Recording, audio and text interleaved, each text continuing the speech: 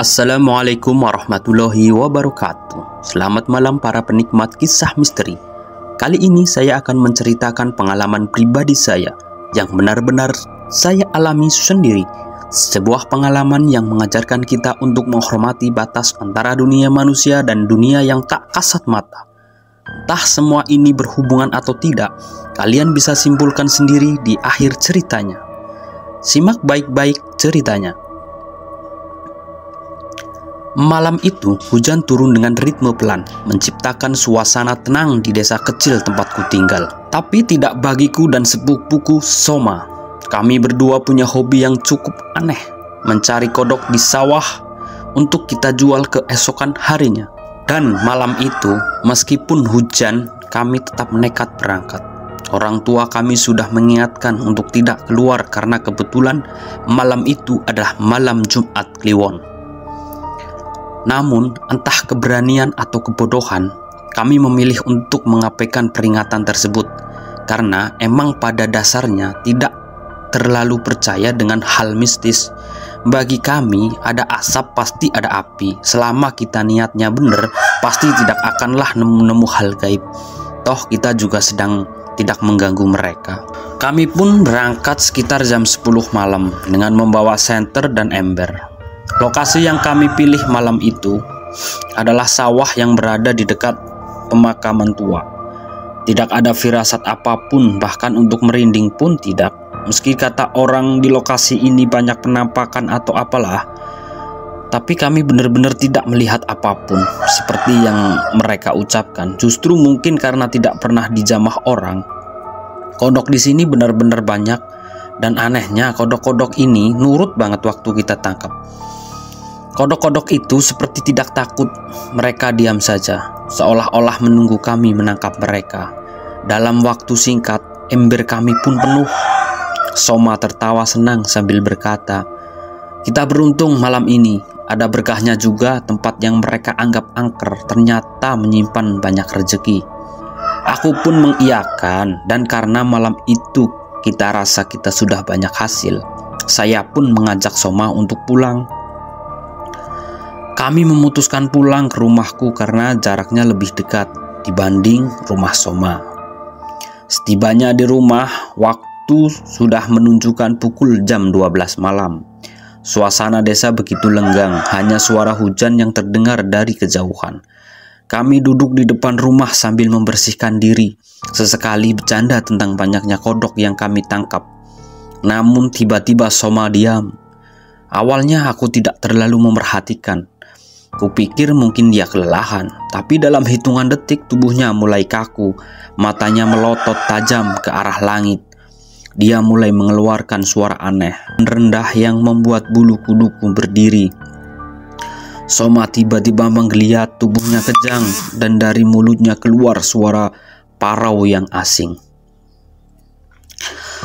"Kembalikan anak-anakku," seru Soma dengan suara berat yang jelas bukan miliknya. Aku panik, keringat dingin bercucuran, sementara Soma semakin menjadi. Suara keras seperti memanggil sesuatu dari kejauhan, dan suaranya membuat orang-orang di rumah dan tetangga terbangun. Dalam hitungan menit mereka berkumpul di depan rumah, bertanya-tanya apa yang terjadi. Tetanggaku, orang yang dituakan dalam tanda kutip ya, yang dikenal sebagai punya ilmu, langsung mendekat dan mencoba menenangkan Soma. Dia membacakan doa dan mengelus punggung Soma. Tetapi tidak ada perubahan. Soma terus meronta, matanya melotot penuh amarah. Lalu dia mengucapkan hal yang sama lagi, kali ini dengan lebih keras. "Kembalikan anak-anakku." Tetangga itu bertanya padaku, "Apa yang kalian lakukan tadi?" Dengan gemetar aku menjelaskan bahwa kami mencari kodok di sawah dekat pemakaman tua. Mendengar itu, wajah mereka berubah. Ada keheningan yang mencekam. Lalu tetanggaku berkata dengan nada tegas, "Itu bukan kodok biasa. Cepat bawa dan kembalikan ke tempat semula." Malam itu juga dengan diterangi lampu senter seadanya, aku ditemani bapakku kembali ke sawah bersama beberapa tetangga membawa kodok hasil tangkapanku. Suasana semakin aneh, angin dingin berhembus kencang. Meskipun sebelumnya malam begitu tenang, Dengan tangan gemetar aku melepaskan kodok-kodok itu satu persatu sambil berbisik, "Maaf Mbah, sudah ku kembalikan anak-anakmu." Saat kodok sudah ku lepaskan semua, suasana mendadak hening, angin berhenti dan seolah-olah semua suara menghilang. Kami bergegas kembali dan pulang ke rumah. Di sana Soma sudah terlihat tenang, seperti tertidur lelap. Ketika dia terbangun, dia tampak kebingungan dan bertanya apa yang terjadi. Dia sama sekali tidak mengingat apa-apa. Namun sangat disayangkan, Soma justru seperti terkena stroke ringan di mana sebelah kanan tubuhnya sudah tidak bisa digerakkan. Aku tak tahu apa mungkin ini benar-benar ulah dari makhluk halus atau mungkin memang penyakit yang sudah diberikan Allah. Aku bingung karena Soma adalah tulang punggung. Ayahnya sudah tua dan sehari-harinya cuma mencari barang bekas. Sementara ibunya juga tidak bekerja. Karena biasanya Somalah yang mencukupi kebutuhan keluarganya.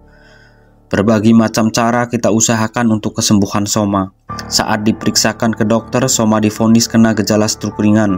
Asal mau diterapi kemungkinan bisa sembuh. Tapi mungkin karena latar belakang keluarganya dan memang umumnya di kalangan desa kami yang emang saat itu dengan SDM yang rendah, kami masih pergi ke orang pintar atau lebih tepatnya ke dukun. Dan jawaban dari dukun-dukun yang kita temui, Soma terkena tulah dari makam tua karena katanya ada salah satu anak kodok yang mati. Saat setelah saya kembalikan ke asalnya, entahlah saya yang antara percaya dan tidak percaya pun harus berbuat apa. Akhirnya justru makin lama stroke yang diderita Soma pun dibiarkan tanpa harus diterapi. Tepat di tahun 2020, bulan Februari, Soma pun akhirnya meninggal dunia. Dengan dinyatakan dari pihak rumah sakit dia terkena corona. Karena emang pada saat itu sedang terjadi wabah corona yang tak tahu dari mana sumbernya. Padahal dia tidak pernah keluar rumah. Apapun yang terjadi, yang jelas ini sudah jalannya. Semoga kau tenang di alam sana, sepupuku. Al-Fatihah buatmu, Sumadi.